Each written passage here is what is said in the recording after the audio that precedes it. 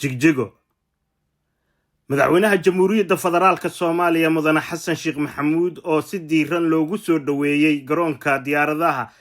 Garaad Wiilwaal ee magaalada Jigjigo ayaa halkaasi kula qaatay ra'iisul wasaaraha mudane Abiy Ahmed iyo madaxweynaha mudane Ismaaciil Cumar Geele madaxda gobolka ayaa Jigjiga kaga arrinsanayay xaaladda amniga iyo siyaasadda ee geeska Afrika xal u helidda caqabadaha taagan iyo xoojinta iskaashiga dhaqaalaha siyaasadda iyo dawladda Soomaaliya ayaa mudnaanta siisay xoojinta dadaalada diblomaasiyadeed ee loogu xaqiijinayo adkeynta midnimada iyo qarannimada Soomaaliya sidoo kale madaxweynaha dawladda federaalka inta uu ku sugan yahay magaalada Jigjiga waxa uu ka qayb gali doonaa xirjar mashruucyo horumarinta oo loogu hirgeliyay deegaanka Soomaalida ugu dambeyntii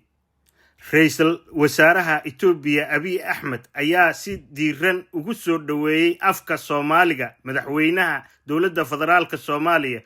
iyo madaxweynaha dawladda Djibouti Ismaaciil Cumar Geele asigoo kula hadlay afka Soomaaliga daawasho wanaagsan mudane madaxweyne Ismaaciil Cumar Geele